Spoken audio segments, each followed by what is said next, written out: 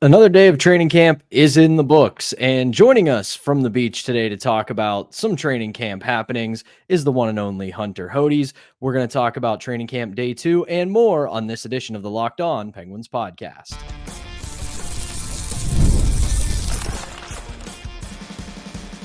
Your Locked On Penguins, your daily podcast on the Pittsburgh Penguins, part of the Locked On Podcast Network, your team every day. Hello and welcome back to another edition of the Locked On Penguins podcast. I'm one of your hosts, Patrick Damp. You can follow me on Twitter at synonym for wet. Joined once again by my partner in crime from the beach, the one and only Hunter Hodes. You can follow him on Twitter at Hunter Hodes. You can give our show's account a follow at LO_Penguins. And of course, thank you for making this part of your daily routine. Don't forget that we are free and available wherever you get your podcasts, as well as YouTube. And before we jump into it today, today's episode is brought to you by FanDuel. Now through September 22nd, all FanDuel customers can bet $5 and get a 3-week free trial of NFL Sunday Ticket from YouTube and YouTube TV. Visit FanDuel.com to get started. Well, Hunter, you look sufficiently cooked. You look like you are ready and rejuvenated to jump back on the show next week when you return from your vacation. But because you are just like me, just like a lot of our listeners, an absolute and total sicko, you're taking some time away from the beach to talk about some training camp hockey. And before we get into all of the nitty-gritty stuff, some of the observations from the first 2 days on the ice, we're going to do some off-ice stuff because we're getting close to Friday. You're on vacation. Why not have a little bit of fun? And Evgeni Malkin just remains one of the funniest human beings to ever exist in the history of the Pittsburgh Penguins. He's one of the 5 funniest players in the league today. That quote earlier this week where he was talking about Crosby, like the chicken parmesan, the Caesar salad. It's like, okay, Gino, how many times have you been forced to have that meal? Because the way he said it, just the tone of it was hilarious. Every time he speaks to the media, he delivers one heck of a quote, so many great jokes. Feels like he gets funnier the older he gets. And today was no different. Had a couple of great quotes, which you're going to get to in a second. But he really is just a blast overall. And I think before I say the couple of quotes here, I do think this is a net positive for the Penguins just because we know how tense this atmosphere is going to be this year. 2 straight years of missing the postseason, 2 straight years of questions of whether or not this core of players still has it. And obviously we know from watching the on-ice product the first 2 days that this camp has been one with intensity and a lot of energy so far. So they understand the assignment, but the fact that these guys can still quip and have a little bit of fun with it shows that they're in a solid headspace. So let's get to those quotes. First, when he was asked about his personal expectations for this year, he made no bones about it. Score 2 goals. Really shooting for the moon. Former Rocket Richard winner Evgeni Malkin. And then he says about expectations for the season, he said, it's funny how when me and Sid both play 82 games, we miss the playoffs. Maybe I miss 1 game this year. So I really think that Sid's superstitions have rubbed off on him because he sees a trend. They play 82 games and miss the playoffs. Well, I guess that trend's not working. So we might as well not play 82 games this year. So if you play all 81 games, make the playoffs, Gino, and then you maybe sit out game 82 if it has no meaning, that could work for you, right? I mean, that could be something that maybe he works towards this year. Plays all 81 games, Penguins, defy some expectations, clinch a playoff spot, and then, he sits out game 82 along with some of the regulars. I think that makes sense from that standpoint as well. But, I love the quote that he also had about Sidney Crosby. He said, he signed here. I knew it would happen. But again, we don't want to be here just playing. We want to be here and win. It's better for the team, better for the organization. I think Kyle did a great job this summer. He tried to change the team a little bit. I don't want to be here just for the next 2 years just to play my game, score 500 goals. I want to be here to win, and I want to help this team make the playoffs. So again, even though Kyle Dubas in the front office have kind of changed tune over the last year and change, have gone full steam ahead with this retool on the fly mini, rebuild as well. Evgeni Malkin's not really looking at it from that perspective. Sure, he sees the moves that Dubas has made and he's happy with them, but he still is very much under the impression that, I want to get back to the playoffs. I hate ending my season in early April. I want to be playing throughout the month of April, in the month of May, maybe somehow in the month of June, if this team's able to get back to the Stanley Cup final. Even though these guys have already won so much already, they're not close to satisfied. Yeah, and you kind of took what I was going to say next about that actual serious Gino quote, which I think is the good balance, because you're going from them quipping and having a little bit of fun and, telling some jokes, but they still understand the assignment. They know that this isn't a farewell tour. This isn't them just sticking around and hanging out to have some fun with their buddies and, ride off into the sunset together. They still very much have a passion for this. They still very much want to win in Penguins uniforms, and I'm encouraged to see that. And speaking of Evgeni Malkin, we're seeing some very encouraging signs early on. Now, obviously, Kelsey and I talked about this yesterday. It's 2 days into camp. It's really difficult to really read into anything that might be happening on the ice because we're still getting things figured out. We haven't had game action yet. So this is really just them throwing whatever they can at the wall and seeing what sticks as they get ready for Saturday's first preseason game in Buffalo. But one of the things that Sullivan loves to do in training camp is not so much lines when it comes to forwards, but pairings. And he's going with a couple that we are very familiar with, and that's Crosby and Rust, but also Evgeni Malkin and Rickard Rakell. And from all reporting on the ground at UPMC Lemieux, Malkin and Rakell are finding their stride together again. And I think if that continues to work, they redevelop that chemistry. I think we see a big bounce back for Rickard Rakell. You add in the chemistry that was already developed with Michael Bunting near the end of last season, we might have a second line here that's in business. No, I agree. And I do think that is going to be the second line this season. With how great Bunting was at the end of the season, he formed a great partnership on Malkin's left wing. I expect Bunting to be there for the full 24-25 season. And with Rakell, you saw him also start to turn it around at least a little bit at the end of the season. He was getting his mojo back. He was getting his scoring touch back. He was finally finishing off those chances that Evgeni Malkin was creating for him during the early parts of the season and kind of the middle parts of the season. But Rakell was just not finishing those chances just because he really wasn't having that good of a season. But you saw that start to change a little bit at the end of the season. I'm not really too surprised that Malkin and Rakell are together in camp just because of the chemistry they've already had. Even before this past season, they were playing together during the 22-23 season. They were playing, pretty well together during that time. Sure, Rakell was also getting minutes with Crosby, and they were playing pretty well together, but he was also still getting time with Malkin as well. So I'm not surprised that the two are paired together during training camp. I expect that to continue throughout this week and in the weeks to come. And you're also kind of seeing the same thing with other pairings as well.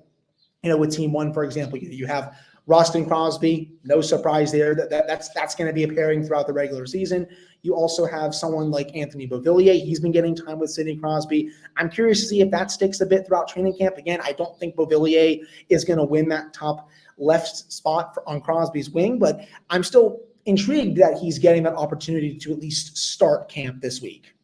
Yeah, I can really see an opportunity opening up for Beauvillier on that top line. Like you, I'm skeptical that it's going to stick throughout the season, but you look at how he played in years past, especially with somebody like Matt Barzal, who he had solid chemistry with.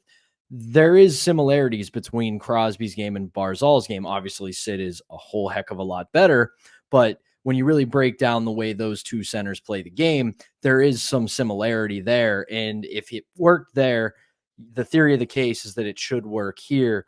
One last thing before we head to our second segment. Might not be the best of news for one Jesse Puljujarvi. This is a guy who came in last year. We had some high hopes for him. Thought he played fairly well down the stretch, but has really never been able to live up to the billing of where he was drafted. And by the looks of it, again, can't dig too much into it because it's day two.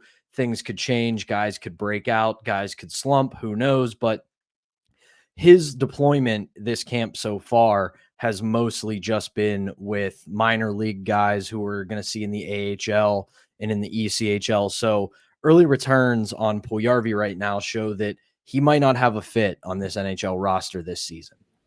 It's mainly just because of the log jam at forward right now. And I do agree. I thought Puljujarvi was at least fine down the stretch last year. He had some games where I felt like he was really starting to turn the corner, but then there were other games where you could see he was still getting his feet wet again a little bit. He was getting that conditioning back a little bit as well. I would not be surprised to see him start the season in Wilkes-Barre, considering how many NHL caliber forwards they have right now, the Penguins main roster, that is. But I still won't be surprised if he does make the main roster, just because, again, it's really only day 2 of camp. We haven't played any preseason games yet. The games are what really matter to me. Yeah, you can play well in practice, but let's see how you do during games as well. That's going to be the main kicker with me for Puljujarvi. And also, just want to mention this to everyone. I saw some people kind of grumbling about, why is Noah Chari on Team 4 to start training camp? Could this be some trade bait, something like that? Well, you saw the news about his kid. He was promoted to Team 3 a little bit after day 1. So it seems like everything is fine with that regard. No one else really needs to read into that too much right now. Yeah, not a whole lot to glean from that, I would agree. And I'm right there with you. The games are what matter, especially because we're going on a heightened level from the Prospects Challenge, where these are now officially players fighting for NHL jobs. So the competition will be heightened. The hockey may not be the greatest of quality, but at the end of the day, it is still guys fighting to make a National Hockey League roster. But that will do it for our opening segment. When we return, because I'm such a great co-host and teammate, I already gave some thoughts on what I'm going to be looking for in this training camp, and I can't be the only one on this podcast doing that. Hunter's going to give us some of his thoughts of what he's going to have his eyes on over the next couple weeks as we progress through training camp and the preseason. But before we do that, we have to tell you about our first sponsor, and that is FanDuel. You've heard us talk a lot about FanDuel, America's #1 sportsbook. Well, now we have something just a little bit different for you. Now through September 22nd, all FanDuel customers can bet $5 and get a 3-week free trial of NFL Sunday Ticket from YouTube and YouTube TV. I have NFL Sunday Ticket through YouTube TV, and I got to tell you, that quad box on Sundays, absolutely beautiful. Makes my football watching that much better and really helps me track my Sunday football bets. Then, with a YouTube TV base plan, you'll be able to watch every regular season Sunday afternoon out-of-market game. All you need is a Google account and a current form of payment, and you can cancel anytime. Just visit FanDuel.com and download America's #1 sportsbook.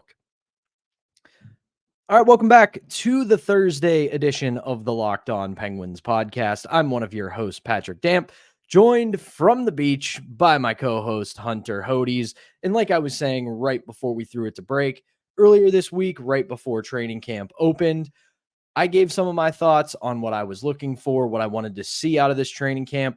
Chief among them was I wanted to see some creativity from head coach Mike Sullivan. We kind of know who the main players are going to be, but we have, like Hunter said, a log jam of forwards. So I would love to see some creativity from him, putting certain players in certain situations with other combinations, just to really find out what you have on your roster. Along with that, I wanted to see some of the development goalies, the guys like Sergei Murashov, Joel Blomqvist, among others, get more looks just to really see where they are in their development. But Hunter, I turn the floor over to you. What are some of the things you're looking for out of this training camp and preseason? I think the main thing for me is I want to see some of these younger players start to take that next step in their development. Someone like Valtteri Puustinen, I really liked his game for a good bit last year. I want to see him take that next step and just develop even more as a goal scorer throughout camp and throughout the preseason. We all know how great his release is on the Penguins. I think it's one of the best releases on the team. I want to see him use it even more throughout camp in the preseason, because that could potentially be a good omen for the regular season. I think he's going to get, if I had to guess, 39 minutes this year overall on the Penguins if he makes the team. Again, I want to see what he can do now that he has kind of almost a full year in the NHL under his belt overall. I also want to see, again, I've been saying this for a while, what can Rucker McGroarty do? I think he was one of their best players during the Prospects Challenge over this past week. I think it's been a bit of a slow start to camp for him, but I don't want anyone to worry about that. It's only been 2 days. A lot can change between now and the start of the regular season in a few weeks. I do think stuff will change, but if it doesn't, it's also not the end of the road, because this is still a player who I think has a good long-term future with this team. I also want to see someone like Ponomarev continue the next step in his development. I also thought he was one of the Penguins' best prospects during the Prospects Challenge.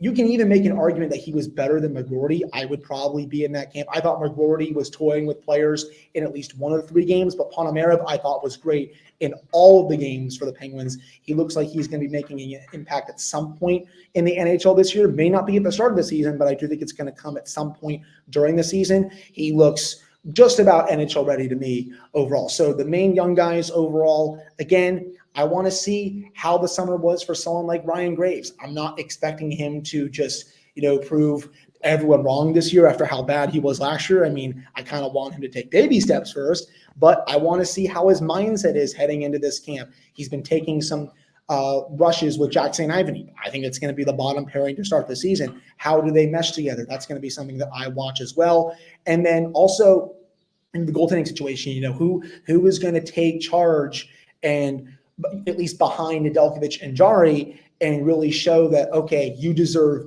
more minutes in Wilkes-Barre. Maybe it's someone behind Blomqvist, of course, because I think he's going to be getting a good chunk of the starts there. But who is going to take charge and get those starts behind him? Is it going to be Murashov? Is it going to be Gauthier? Is it going to be Larson? That's something like that I really want to follow as well. So those, I think, are the main storylines that I'm looking for in this camp. I'm looking for that compete level for these forward spots. I'm really excited to see who is going to win those jobs in camp, considering, there's at least, I would say, 2 to 3 open slots down there in the bottom 6. The rest, I would say, are kind of filled in the top 6. You really have that one spot on Sidney Crosby's left wing. Who is going to come in here and kind of take charge of that? Those are the main things I'm looking for with this camp overall. Yeah, to add to some of the points you were making, first off, for guys like Valtteri Puustinen, by all accounts, and again, I'm going to say it to the point where people are going to get sick of it. It's 2 days into training camp. It's only been practices and scrimmages, so you can't glean a whole ton, but he has really apparently shown that he understands the gravity of the situation so far going into this camp, that he is going to have to earn a spot on this team. He's not going to just be gifted it because he has some experience under his belt. We saw all the moves Kyle Dubas has made this summer. He clearly wants there to be a lot of competition in the bottom 6. It's not just going to be, okay, we have 7 or 8, maybe 9 players who could theoretically play in a bottom 6 role, and 4 or 5 of them are pretty much guaranteed a spot. There are a lot of spots up for grabs right now in the bottom 6. And through the first 2 days, Valtteri Puustinen has done, by all accounts, very well. And then the same thing goes for Ponomarev. He looked really good in the Prospects Challenge. And Mike Sullivan, in his media availability today, went out of his way to talk about how much he's been impressed by the work ethic of Ponomarev and what he's been bringing to the table, which kind of dovetails into the thing I was saying earlier this week about wanting to see some creativity from Mike Sullivan. We know, for better or for worse, outside of his first 2 years, he has been hesitant to use younger guys. But going out of your way to praise a few of them on day 2 of training camp tells me that he's not afraid now to use some of these guys. Now, I think part of that is in service of there actually is finally some young talent in this system. We kind of talked ourselves into a lot of the young guys that the Penguins had over the past few years. Were they going to be difference makers? More likely no than yes.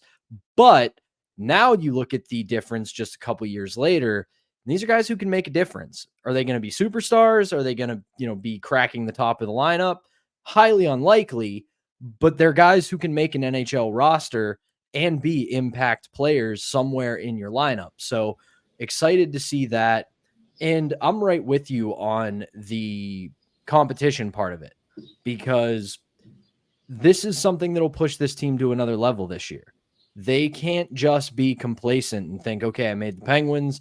We've got Sidney Crosby, Evgeni Malkin, Chris Letang, Erik Karlsson. This is a team that if as long as I make it, they got a chance. No, you're going to have to battle for this. This is a team that's missed the playoffs 2 straight years. So there has to be a level of competition and desperation in this training camp. Oh, 100%. I mean, you look across the Eastern Conference, it's going to be a wild chase yet again, I think, this year. You have a lot of very good teams at the top of this conference. I think, at least in terms of the Metropolitan Division, I think the 3 locks for me are the Rangers, Devils, and the Hurricanes. And I might get a little bit of flack for the Devils, but I think when healthy, they're one of the 3 best teams in that division. And they finally have the goaltending now. I think in the Atlantic, if I had to pick right now, I'd probably go Boston, Florida, and either Toronto or Tampa Bay, one of those 3. And then you have everyone else kind of fighting for wild card spots. You know, the Islanders are going to be right back there. The Capitals are going to be right there. You have, again, if it's not Toronto or Tampa that fighting out in that 3 spot, that other team's going to be vying for that 4th spot. And then you also have Ottawa trying to take another step. You got Buffalo trying to take a big step. And I think if Buffalo doesn't take that big step this year, I think you're going to see big changes to that organization. So you have the Penguins obviously trying to get back to the playoffs, the Red Wings as well. You got the Flyers in there. This is going to be a very fun race this year. But again, as you said, it all starts now with this competition and training camp. And this could hopefully, breed into success overall for this regular season. And I want to put this out there too. I hope no one is weirdly concerned about Erik Karlsson missing the first 2 days of training camp. I'm sure it's something very small. They're just being cautious about it. I'm sure he will be in the opening night lineup when early October comes around. It's always the joke that I make this time of year. Yes, there probably is some sort of nagging injury or something minor, but it also could very well be a case of veteran reporting to camp-itis, where you know who I am, you know what I can do. I don't need to be out here putting myself in harm's way on day 1 and 2 just because we have more important things to do than look good in practice in mid-September. But I think that's going to do it for our second segment. You now know what both Hunter and I are looking for at training camp because you were oh so curious. Don't you lie to yourselves about that. When we come back, though, speaking of competition and setting the tone, Sidney Crosby, when you ask some of the NHL's players, still one of the best leaders in the game today. We're going to talk about that and a couple other things from an NHL player poll that dropped this week. And before we do that, we're going to tell you about our second sponsor, and that is Gametime. This is the absolute best time of the sports calendar. You've got the NHL coming back. The MLB playoffs are right around the corner, even if we in Pittsburgh don't get to experience them very often. The NFL is in full swing. Basketball is coming back. College sports are at all over it. So best time of year, and the best way to do it is to see it live. And Gametime can help you do that with a new feature called Gametime Picks that help you get tickets for your favorite live events even easier. Gametime Picks filters out the fluff to show you only incredible deals on great seats, so you don't have to waste time searching through thousands of tickets. Gametime Picks, a feature that you will have to make sure that you toggle on. Their curation makes it easier to save on sports, concerts, comedy, theater, and more. Toggle on all-in pricing as well, so you can get the total of your ticket price up front and you're not hit with any surprise fees at checkout. The seat view gets you a panoramic view from your seat in the app before you purchase your tickets. And Gametime ticket coverage, make sure that your purchase is covered with the most flexible customer service policy in the ticketing industry. So take the guesswork out of buying tickets, download the Gametime app, create an account, and use code LOCKEDONNHL for $20 off your first purchase. Terms apply. Again, create an account and redeem code LOCKEDONNHL for $20 off. Download Gametime today. What time is it? It's game time. All right, we're back here on the Thursday edition of the Locked On Penguins podcast. I'm Patrick Damp. That's Hunter Hodes. Thank you, as always, for joining us and making us part of your daily routine. We truly appreciate it. So, right before we finished our second segment, I brought up the Athletics NHL player poll, which they conduct throughout the NHLPA media tours that happen both here and across the pond for North American and European fans. And there's some things that we'll dive into quickly at the end, but there is one big thing that stood out to me and probably stood out to all Penguins fans. One of the questions asked to these players, and there were 35 votes cast in this question, and that is, which captain, other than your own, would you most like to play with? Getting 34.3% of the vote, Oilers captain Connor McDavid, and then also getting 34.3% of the vote, Penguins captain Sidney Crosby. So we have been vocal on this show that Sidney Crosby, top 5 player of all time. But when you dig into the current NHL, it's a little bit more difficult to place him just because of the absolute wealth of talent in the NHL right now. And considering how good some of this new generation has been, it's become more difficult to place them in rankings of current players. But by the sound of it, NHL players, man, the respect is still on Sidney Crosby's name. And I also think it kind of shows you that Connor McDavid learned a lot watching Sid the last handful of years in the NHL. So really cool honor for Sid, and just another little feather in the cap for the captain of the Pittsburgh Penguins. One of the top 5 best players of all time, and still one of the best leaders in today's game. There's a reason there's numerous reasons why Crosby is wearing the C on his chest and why he has been wearing that C on his chest for a very long time. The way that he's able to lead this team both on and off the ice goes well beyond the city of Pittsburgh. So many NHL players notice it. It's why some players, even though the Penguins, I think championship window is basically shut, it's still why players want to come here. They want to play with Sidney Crosby. They want to play with this core leadership group because of how great it is overall. I mean, you saw the video a few weeks ago. Someone put it out there, and heck, I didn't even knew this video existed of, Crosby during the 2016 Stanley Cup final, just calming everyone down after Chris Kunitz missed that wide open net. And he was like, okay, guys, I think he knows. Let's not be total, excuse my language, jackasses about it.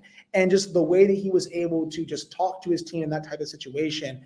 Again, it's one of many reasons why he is such a great leader, on and off the ice. And I don't see this sort of poll, changing anytime soon. Heck, I don't see him changing from being, one of the best leaders in the sport to one of the worst leaders in the sport at all. That's never going to happen. I mean, he carries himself with such incredible class that, again, he's going to go down, I think, as one of the best leaders this sport has ever seen as well. Yeah, he absolutely will. And I mean, you just hear the stories about it all the time, just how driven he is. I mean, I think it was, I can't remember the name of the podcast. I don't think it was Chicklets, but it very well may have been. Correct me in the comments, listeners. But they had Gary Roberts on the show, and he was talking about how when he was with the Penguins, he got to the rink early. It was him and Brooks Orpik. They were about to go into the gym and have a workout, and Roberts was like, "Are we the only 2 guys on this team that are doing these kind of workouts?" And then he could hear skates cutting into the ice and pucks hitting the boards, and he goes, "Who the hell's on the ice right now?" And they go look, and it's Sid. And it's just essentially hours after a game the night before. And Roberts goes up to him and asks, like, "Hey, Sid, what are you doing?" And he's basically like, "I didn't like my shot last night, so I wanted to get here and work on it." And that's not a one-off thing. That's what he does. And that's the standard that he sets when you come to the Pittsburgh Penguins. You're not going to be able to just rest on your talent or rest on certain successes you have throughout the season. You are going to be held to account and have to build on them. One other thing, a couple other things actually before we wrap up here that I wanted to touch on from the player poll was there was a question of, should the NHL implement a backcourt violation in 3-on-3 overtime? Overwhelming no answer from the players, 74.3%. I agree with this. I look at it this way. Instead of making it 5 minutes and going to the shootout, make it 10 minutes. You're going to get a winner because guys are going to wear down. Guys are going to take risks. You're eventually going to be able to find a winner in this. And there will be times when penalties are taken and power plays come in. So rather than putting in some new backcourt violation for overtime, just play for 5 more minutes, find a winner. And we know how coaching in the NHL is. You put in some sort of backcourt violation or some sort of other deterrent, so to speak, coaches are going to find a way around it. Oh, 100%. And if you were to put that in, I'm just like, I feel like 3-on-3, it's just going to get even more boring than it already is. At least just that's how I see it. I understand why some people want the backcourt thing to kind of come in, just because some guys get really tired when you Pat, you go in the offensive zone, you don't like what you see, you come back out, you try it again, right? That extends the shift of the players that are defending the players that are coming into the zone with the puck on their stick, right? But I still just don't see how you're going to fix it by doing this backcourt violation thing. I'm in complete agreement with you. If you want to see less shootouts even more now, do 10 minutes of 3-on-3. Players will adjust to it. I think you'll see some shorter shifts overall with this. And I also think I think it's going to be more fun if you do it for 10 minutes of 3-on-3.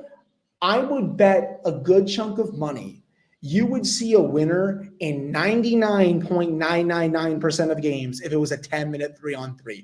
I would be stunned if games went to shootouts after 10 minutes of 3-on-3. You would see some shootouts, but it would not be many at all. Or at the very least, if you do want to make a rule change, take the loser point away. Make it so you have to earn a point. But I digress on that last one real quick, that I am stunned at the results on this one. They asked, should NHL officials speak to reporters after the game? Overwhelming yes answer at 62.9%.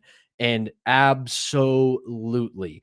The best league that does this is the NBA with the 2-minute report, where at the very least, the officials have to explain what they saw, why they called it, and leave it at that. And we know that with replay and challenges now, the NHL has said they are going to be somewhat committed to getting the calls right. So if that's the case, at the very least, you need to hold these officials to an account and have them say, this is what we saw, this is why we called it. Even if it isn't a post-game press conference, just take the NBA 2-minute report and just say, this is what we saw, this is why we called it. You may not like it, you may not agree with it, but this is why it happened. 100%, man. I cannot agree with you more. I absolutely hate how the NHL refs just come off as so smug, just with the calls they make. And then when a player tries to question them about it, or a coach, they'll just tell that person to screw off and all that stuff. And it's no, if it's a bad call, you should be forced to answer it after the game to the media and the reporters that are at the game.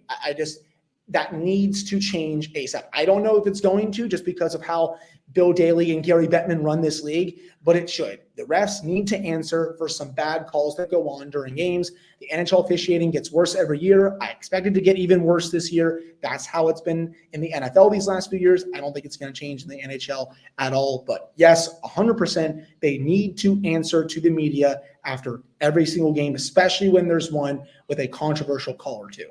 Absolutely. But as you can see, if you're watching on YouTube, Hunter has his aviators back on. So that means it's beach time for him. So we're not going to keep him from getting some more sun before he takes off and flies back to Pittsburgh on Friday. So that will do it for the Thursday edition of the Locked On Penguins podcast. I will be back tomorrow with another episode. We're going to get you set for the first preseason game on Saturday in Buffalo, as well as talk a little bit more about what we're seeing for training camp. But for now, for Hunter Hodes, I'm Patrick Damp. Thank you as always for tuning in, and we'll talk to you again on Friday.